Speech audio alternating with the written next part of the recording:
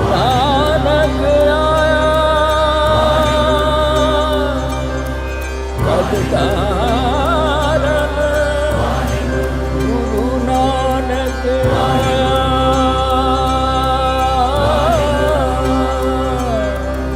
नमस्कार, आप देख रहे हैं वैदिक न्यूज एक्सप्रेस। मैं हूं आपके साथ नीलेश रघुवंशी। एक बार फिर हम वैदिक एक्सप्रेस की टीम के साथ उदयपुर एक खोज के लिए पहुंचे। नीलकंठेश्वर महामंदिर परिसर में हमने पहले और दूसरे भाग में हमने आपको दिखाया उदयपुर के दक्षिण दिशा की पर्वत श्रृंखला। विजय मंडल के साथ साथ कई दिव्यतम स्थलों के दर्शन आपको कराए।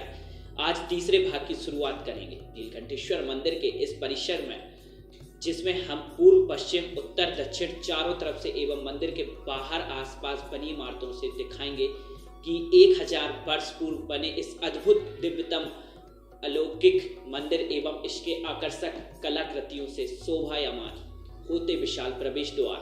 साथ ही हम प्राचीन नगरी में खोजेंगे सिख धर्म के सबसे बड़े गुरु नानक देव की चरण पादुका। बताया जाता है कि प्राचीन काल में वह भी एक दिन के लिए उदयपुर आए थे और रात्रि विश्राम यहाँ किया था। साथ ही हम दक्षिण दिशा में पर्वत श्रृंखला में खोजेंगे और दर्शन करेंगे विशाल नटराज की प्रतिमा की, जिसे रावण टोल के साथ स्थल के नाम से भी जाना जाता है। तो सफर की शुरुआत करते हैं नीलकंठेश्वर महामंदिर परिसर से।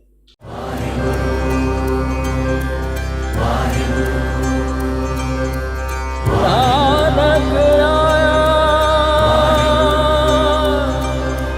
सब कारण, गुरु नानक आया।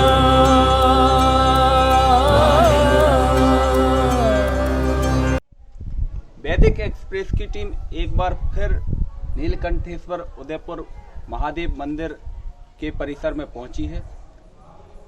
उदयपुर एक खोज के माध्यम से वैदिक एक्सप्रेस ने आपको प्रथम भाग और द्वितीय भाग दिखाया।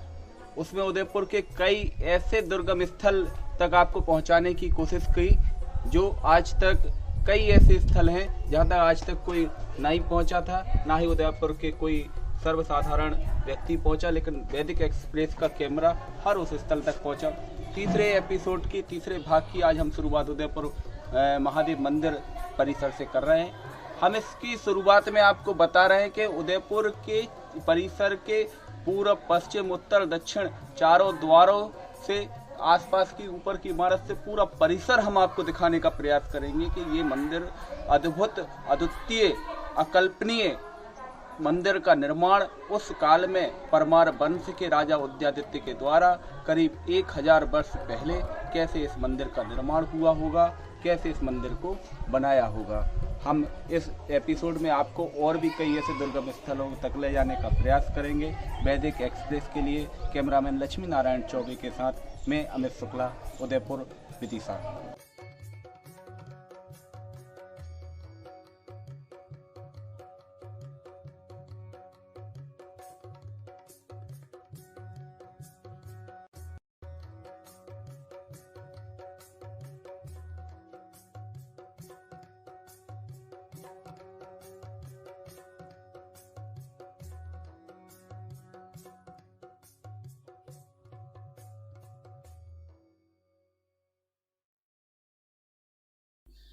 राजा उदयादित्य की प्राचीन नगरी उदयपुर में खोजते खोजते हम पहुंचे पंडित महेश भार्गव के प्राचीन मकान तक। बताया जाता है कि इस मकान में गुरु नानक देव प्राचीन काल यहाँ आए थे और इसी मकान में रुके थे। और बताया जाता है कि इस मकान में गुरु की चरण पादुका है। आइए हम अंदर चलकर देखते हैं कि अंदर आखिर क्या है।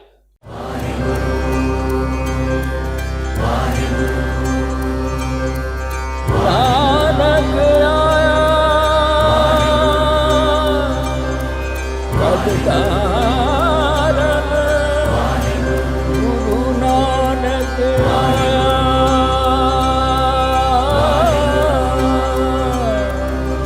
एक्सप्रेस की टीम एक बार फिर पहुंची है उदयपुर के एक ऐसे स्थल पे जिसके विषय में बताया जाता है कि यहाँ पर गुरु नानक देव का एक स्थल है।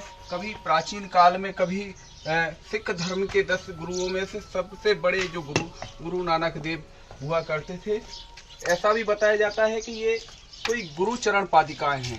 अब गुरु नानक देव की हैं या किसी और महापुरुष गुरु की हैं, ये तो अभी इसकी पुष्टि कुछ हुई नहीं है, लेकिन कुछ लोग ऐसा बताते हैं कि गुरु नानक देव की चरण पादुकाएं हैं, कुछ ये बताते हैं कि गुरु चरण पादुकाएं हैं। हम आपको उस स्थल तक लेके चलते हैं और वो चरण पादुकाएं हम आपको दिखाने की कोशिश करेंगे कि वो कौन सा स्थल है और उसमें कौन सी चरण पादुकाएं हैं। बताया जाता है कि इसी एक द्वार है, इसके अंदर वो स्थान बना हुआ है और हम अंदर पहुंचे हैं। ये दुर्गम स्थल और ये चरण पादुकाएं पत्थर की यहाँ पर बनी हुई है। ये एक छोटा सा चबूतरा है, ये पत्थर पर भगवान के चरण यहाँ पर बने हुए हैं, ये गुरु चरण हैं। अब कुछ लोग इसके विषय में कहते हैं कि ये गुरु चरण हैं। कौन से गुरु हैं? कुछ लोग सिख धर्म के कहते हैं कि ये गुरु नानक देव के चरण हैं। ये यहाँ पर गुरु नानक देव की एक तस्वीर भी यहाँ पर लगी हुई है। यहाँ पर निवासरत पुजारी महाराज जी करीब 250 से 300 साल से ये गुरु चरण की पूजन अर्चन यहाँ पर करते हैं। अब ये इस चरणों के विषय में आज तक पुरातत्व विभाग या फिर किस प्रशासन इनका पता नहीं लगा पाया है कि ये कौन से गुरु महाराज के चरण यहाँ पर बनाए गए हैं। कैमरामैन लक्ष्मी नारायण चौबे के साथ अमित शुक्ला, वैदिक एक्सप्रेस, उदयपुर। हमने देखे गुरु नानक देव के चरण पादुका। हमें पता लगा कि पूर्व काल में यहाँ कोई दूसरी चरण पादुका रखी हुई थी, लेकिन वह कहीं खो गई या चोरी चली गई। ये क्या रहस्य है? कुछ लोग कहते हैं ये गुरु के चरण हैं, कुछ लोग कहते हैं ये गुरुदेव की स्थल है। इसके लिए हम बात करते हैं इस घर में निवासरत पंडित महेश भार्गव जी से।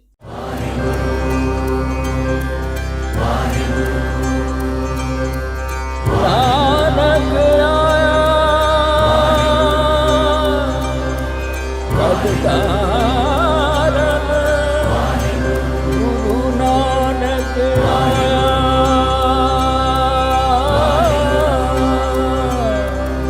वैदिक एक्सप्रेस के साथ में है इस घर में निवासरत पंडित श्री महेश कुमार जी भार्गव जी। मैं उनसे पूछना चाहूँगा, ऐसी मुझे जानकारी है कि करीब 3 पीढ़ियों से, करीब 300 साल से उनके और उनके पूर्वज इस मकान में निवासरत हैं और जो गुरुचरण पादिकाओं अभी हमने आपको दिखाई हैं, उनके की पूजन अर्चन पूरे विधि विधान से महाराज जी के द्वारा किया जाता है। ये भी एक प्राचीन चबूतरा यहाँ बना हुआ था, अब कुछ जीर्ण हालत में होने के कारण महाराज के द्वारा इसको थोड़ा ठीक ठाक किया गया है।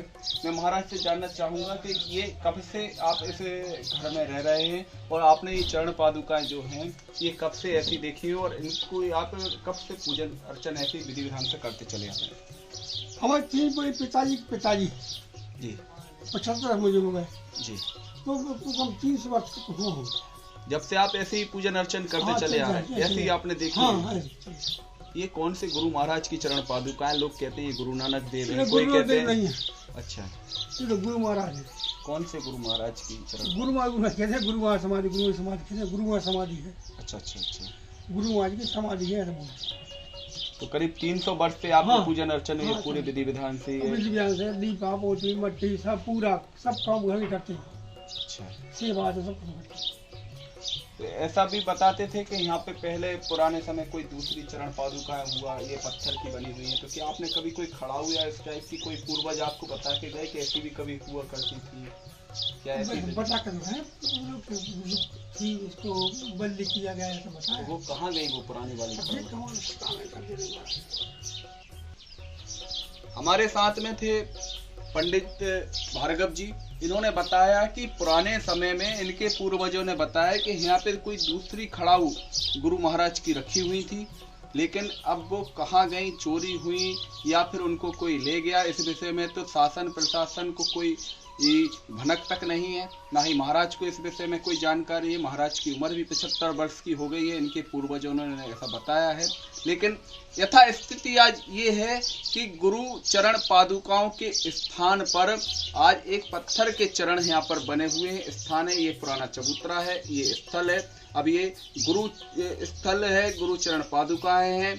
अब ये कौन से गुरु हैं, गुरु नानक देव हैं या फिर गुरु कोई महर्षि गुरु हैं, इस विषय में तो ये शोध का विषय है। कैमरामैन लक्ष्मी नारायण चौबे के साथ वैदिक एक्सप्रेस के लिए अमित शुक्ला, उदयपुर। वैदिक एक्सप्रेस की टीम अब पहुंची गुरु नानक देव के चरण पादुका के स्थल के निकट ही रहने वाले कपूर परिवार में और जाना इस रहस्यमय स्थल और चरण पादुका के विषय में।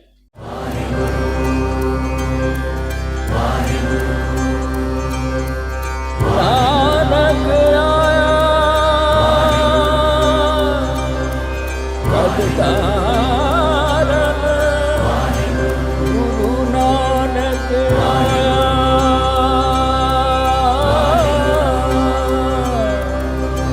वैदिक एक्सप्रेस की टीम उदयपुर नीलकंठेश्वर महादेव मंदिर से होती हुई पहुंची एक कपूर परिवार में। हम आपको लेकर चलेंगे और उनसे बात करेंगे कि यहाँ पर जो पास में ये जो चरण पादुकाएं बनी हैं उसके विषय में उनका क्या कहना है। ये किन की चरण पादुकाएं हैं, गुरु चरण पादुकाएं यहाँ पर बनी हुई है, जो अभी हम आपको थोड़ी देर बाद दिखाएंगे कि ये गुरु चरण पादुकाएं भी यहाँ पर हैं। उससे पहले हम ये पूछते हैं हमारे साथ कपूर परिवार के जगदीश जी और उनके अनुज भ्राता हमारे साथ जुड़े हुए हैं। मैं उनसे पूछना चाहूँगा कि ये आपके समीप एक मकान, प्राचीन मकान में एक समाधि नुमा आकृति बनी हुई है और गुरु चरण पादुकाएं हैं, इस विषय में आपको क्या जानकारी है कि किन की गुरु चरण पादुकाएं हैं, थोड़ा आप हमें बताइए। लगभग आज से 500 वर्ष पहले यहाँ पे गुरु नानक देव आए थे धर्म के प्रचार समय, तब वो ये कुटी में रहे हैं और उस कुटी में उनके साथ जो आए थे वो यहाँ रुक गए थे। तो उन्होंने उनकी सेवा की, शायद 4, 5 या 8 दिन, जितने दिन भी रुके हों वो कुटी में रुके। फिर उन्होंने उनके चरण पादुका वहाँ रख लिए थे, वो काले पत्थर के थे, वो चोरी चले गए हैं। और जो गुरु महाराज उनकी सेवा में थे उनकी अंदर समाधि बनी हुई है।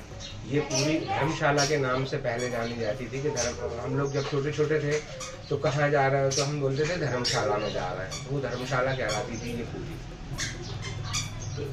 ये आपके बुजुर्गों ने ये करीब आपको कब से ये बताया गया कि गुरु नानक देव का स्थान है या गुरु नानक देव आए हुए हैं यहाँ पे, ये आपको कितने वर्षों से आपके बुजुर्गों ने आपको बताया लगभग? वैसे तो मुझे विशेष वो नहीं है, लेकिन हमारे पापा की जो बुआ थी जी, उनको विशेष जानकारी थी, तो उन्होंने बताया लगभग बेटा 500 वर्ष हो गए। 500 वर्ष पहले यहाँ पे गुरु नानक देव स्वयं आए हैं धर्म के प्रचार के लिए, और उन्होंने यहाँ पे रुक के ये की वो बनाई, फिर धर्मशाला बनवाई। उनके जो साथ में उनके आए थे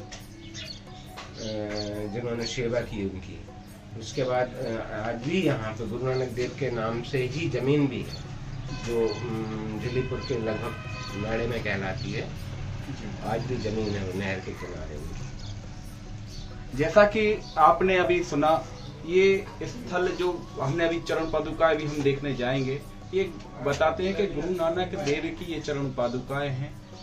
करीब 500 वर्ष पूर्व धर्म के प्रचार के लिए गुरु नानक देव उदयपुर के इस तीर्थ क्षेत्र में यहाँ पर आए होंगे और यहाँ पर रुके थे, यहाँ पर स्थल पर, और कुछ दिन यहाँ पर रुके। उसके बाद यहाँ से धर्म के प्रचार के लिए आगे बढ़े।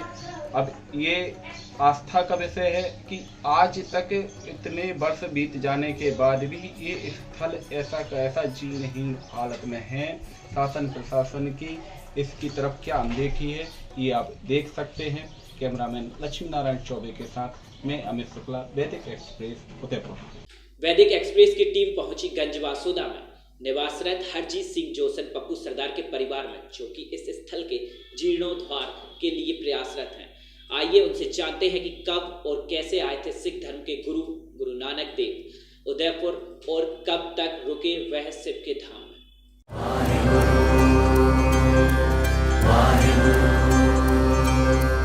नानक आया पदकार गुरु नानक आया।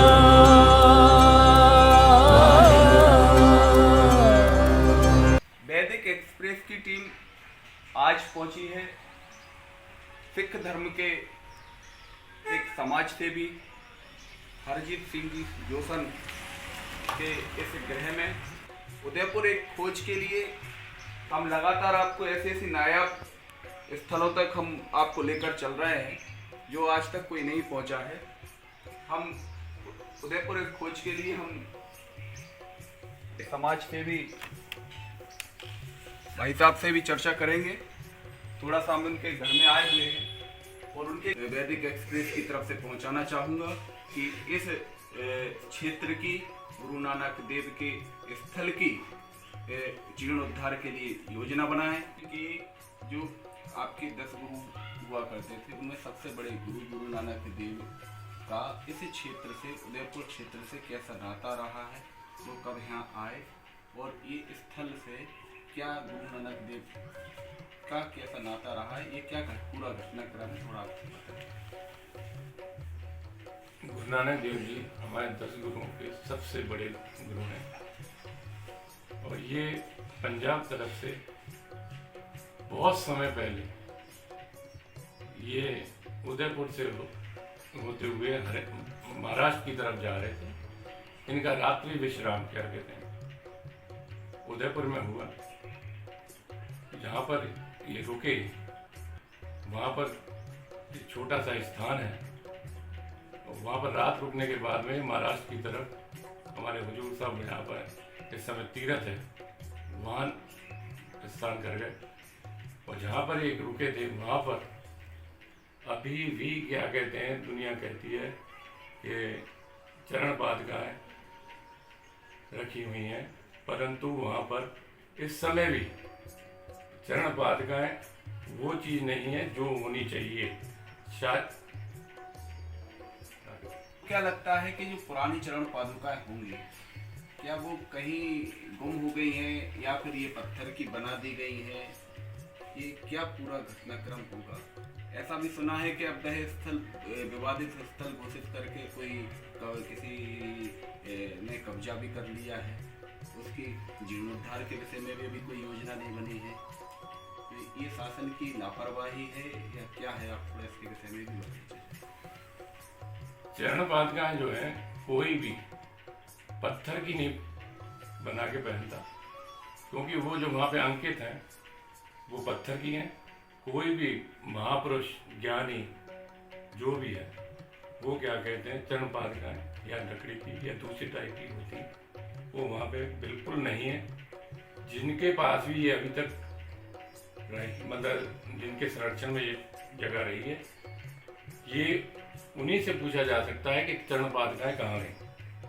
और इसके रखरखाव में शासन ने पंजाबी समाज को कभी भी क्या कहते हैं ना तो ट्रस्ट बनने के लिए दिया गया। हमने बहुत अप्लाई किया, बहुत सोर्स लगाए, कुछ भी हुआ, परंतु शासन ने हमें ट्रस्ट भी नहीं बनने दिया, क्योंकि ये जमीन जो है स्टेट गवर्नमेंट के समय से क्या कहते हैं, एक पत्र है मेरे पास जिसमें क्या कहते हैं किसी एक गरीब आदमी ने खरीदी थी 67 या 68 रुपए में। उसमें जो शिव मंदिर है उसके लिए भी दी थी और गुरु नानक देव जी की चरण पादुका वाली जगह के लिए भी दी थी और जमीन भी दी थी। परंतु क्या कहते हैं शासन इतना अंधा हो चुका है कि क्या कहते हैं उसकी तरफ गौर नहीं करता, क्योंकि पंजाब के सिखों की जो आस्था है, जो पुराने खंडित मंदिर हैं, गुरुद्वारे हैं, उनको क्या कहते हैं अच्छा बनाने के लिए और पूरा वर्ल्ड जानता है कि हमारे गुरुद्वारे कैसे हैं। पर हमारे गुरु नानक देव जी जहाँ पर रुके थे, यहाँ पर चरण पादुकाएं उनकी, पर वो खंडित इतना खंडित है कि कोई दुनिया देख के और आंसू बहाएगी। हमारे साथ थे हरजीत सिंह जी जोशन जी। आपने इनकी वेदना सुनी, इनकी अंतर आत्मा की आवाज सुनी, इनके मन में कितनी पीड़ा है कि इनके सब धर्म के सबसे सिख धर्म के सबसे बड़े गुरु जो इस स्थल पर आए होंगे, उदयपुर तीर्थ क्षेत्र में आए, इन्होंने रात्रि विश्राम किया, यहाँ पर अपनी खड़ाऊ छोड़कर गए। उसके बाद भी आज तक सदियां बीतने के बाद भी आज तक उस स्थल का ना तो जीर्णोद्धार हुआ है, ना ही उस स्थल का कोई रख रखाव है। और यहाँ तक की हमें जानकारी प्राप्त हुई है कि अब वहाँ पर गुरु नानक देव की खड़ाऊ भी नहीं है। उनको एक पत्थर की आकृति की खड़ाऊ बनाकर वहाँ पे दूसरी खड़ाऊ की शक्ल दे दी गई है। प्रशासन की उदासीनता आप ये देख सकते हैं। अब हम पहुंचे उदयपुर नीलकंठेश्वर महामंदिर से दक्षिण दिशा में मुरादपुर मार्ग पर स्थित पर्वत श्रृंखला के बीच, जहां हम पथरीली और झाड़ियों के बीच रास्ता बनाते हुए आपने ढूंढा वह स्थल जहां नटराज की भोलेनाथ की अद्भुत विशालकाय प्रतिमा हमें देखने को मिली। ऐसी अद्भुत प्रतिमा एक ही पत्थर पर, जिसकी लंबाई करीब 25 फीट, ऊंचाई करीब 4 फीट और चौड़ाई करीब 14 फीट है। शायद ऐसी प्रतिमा पूरे देश में दूसरी नहीं होगी, लेकिन पुरातत्व विभाग की उदासीनता के कारण स्थल इतना वीरान पड़ा हुआ है। यहाँ पर ना कोई सुरक्षा गार्ड है और ना कोई देखने वाला, जबकि यह स्थान राज्य पुरातत्व विभाग के अधीन आता है। एक बात हमारे दिमाग में बार बार चुभ रही है कि आखिरकार पुरातत्व विभाग की उदासीनता का कारण क्या है।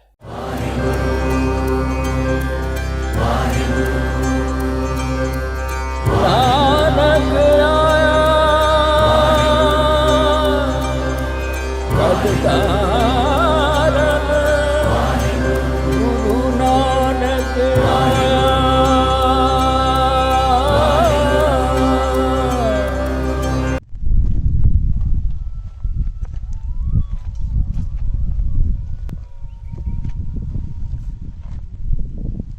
वैदिक एक्सप्रेस की टीम पहुंची है उदयपुर के एक और दक्षिण दिशा में मुरादपुर रोड पर। एक ये आपको बाउंड्री पीछे दिख रही होगी, एक ये स्थल है, यहाँ पर हमें खोजने के लिए आए हैं एक नटराज की विशालकाय प्रतिमा।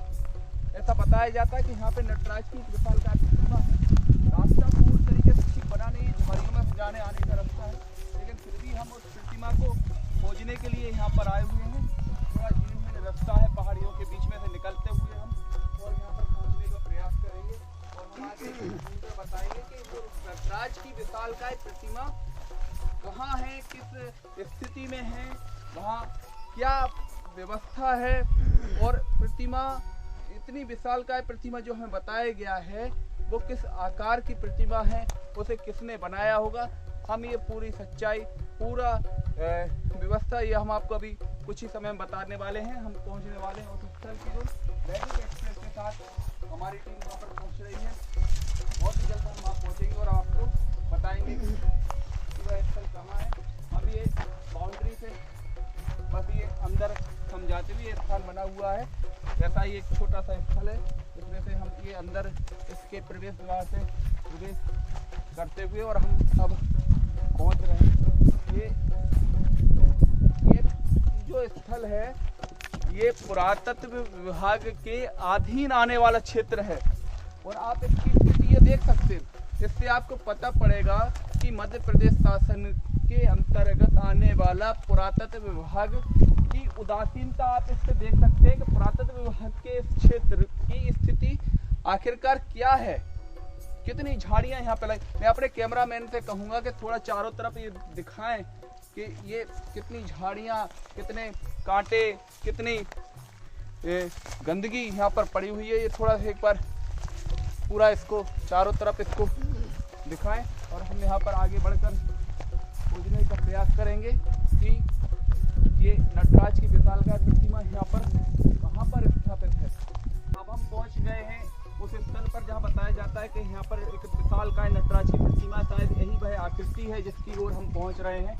ये अद्भुत, अकल्पनीय ऐसी प्रतिमा, इतनी विशालकाय प्रतिमा आप ये देख सकते हैं कि ये नटराज की प्रतिमा है और ये इस प्रतिमा के विषय में बताया जाता है कि ये भोलेनाथ की, नटराज की प्रतिमा किसी कारीगर द्वारा बनाई गई होगी, लेकिन ये अधूरी बनी हुई प्रतिमा है जिसको ऐसा ही उस समय छोड़ दिया गया होगा। अब ये क्यों छोड़ दिया होगा अधूरी प्रतिमा, ये इस स्थिति में यहाँ पर कब से यहाँ पर रहे ये प्रतिमा, इसके विषय में तो कहना संभव नहीं है, लेकिन हमारी जानकारियों के अनुसार एक ही पत्थर पर इतनी विशालकाय नटराज की प्रतिमा शायद भारत में और एशिया में कोई दूसरी प्रतिमा नहीं है। उसके बाद भी ये पूरा क्षेत्र, ये जो स्थान है आप जो देख रहे हैं, उदयपुर क्षेत्र में 7 ऐसे स्थल हैं जो पुरातत्व विभाग के अधीन आते हैं, जिसमें से 2 स्थल केंद्रीय पुरातत्व विभाग के अधीन आते हैं और 5 स्थल हैं जो राज्य पुरातत्व विभाग के अधीन आते हैं।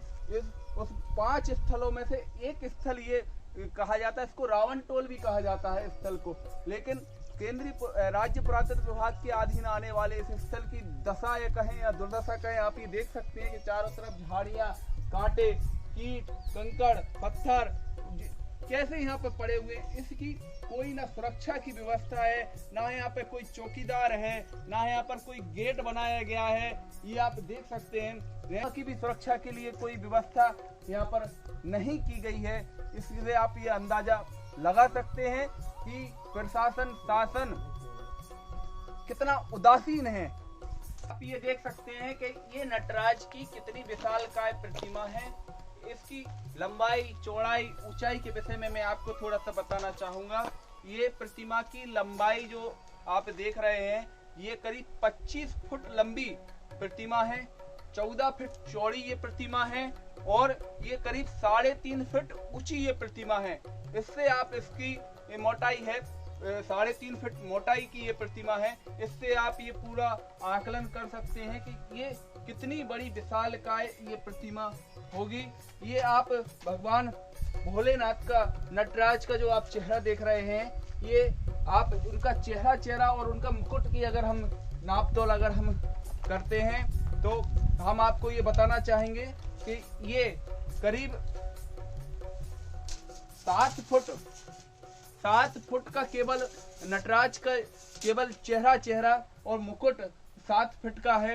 ये पूरे अस्त्र शस्त्र धारण करे हुए ये नटराज के बनाए गए हैं। ये भगवान भोलेनाथ के ये हाथ आप देख सकते हैं, ये भगवान भोलेनाथ के आप चरण भी आप देख सकते हैं। ये पूरे के पूरी प्रतिमा, ये कितनी आकर्षक प्रतिमा, ये उस समय 1000 वर्ष पूर्व की ये प्रतिमा बताई जाती, राजा उदयादित्य के समय की।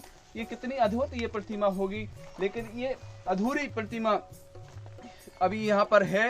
ये उस समय किन परिस्थितियों में कारीगरों के द्वारा अधूरी छोड़ी गई होगी, इसके विषय में तो कहना थोड़ा मुश्किल है, लेकिन ये कितनी अलौकिक प्रतिमा है। लेकिन इसके साथ एक बात और कटु सत्य है जो कि हमें स्वीकारना होगी कि उस समय के लोगों ने तो इतनी अद्भुत प्रतिमा हमारे लिए विरासत में छोड़ दी, लेकिन हमारी ये आज की स्थिति है कि शासन हो, प्रशासन हो या हम हो, हमने नटराज को इस जंगल में अकेला इन झाड़ियों के बीच छोड़ दिया। इसमें जितनी गलती शासन प्रशासन की है उतनी यहाँ के स्थानीय निवासियों की है। कैमरामैन लक्ष्मी नारायण चौबे के साथ अमित शुक्ला, वैदिक एक्सप्रेस, उदयपुर एक खोज में हमने वैदिक एक्सप्रेस की टीम के साथ आज भाग 3 में हमने गुरु नानक देव के चरण पादुकाओं के दर्शन किए। वहीं दक्षिण दिशा में विशाल काय नटराज की प्रतिमा, जिसे रावण टोल भी कहा जाता है, इस अद्भुत प्रतिमा के भी दर्शन किए। अब हम भाग 3 की यात्रा को यहीं विश्राम देते हैं। आगे हम भाग 4 में और भी कई दार्शनिक स्थल के दर्शन हम वैदिक एक्सप्रेस के साथ कराएंगे। वैदिक एक्सप्रेस देखने के लिए हमारे चैनल को लाइक करें, सब्सक्राइब करें और देखते रहें वैदिक एक्सप्रेस। नमस्कार।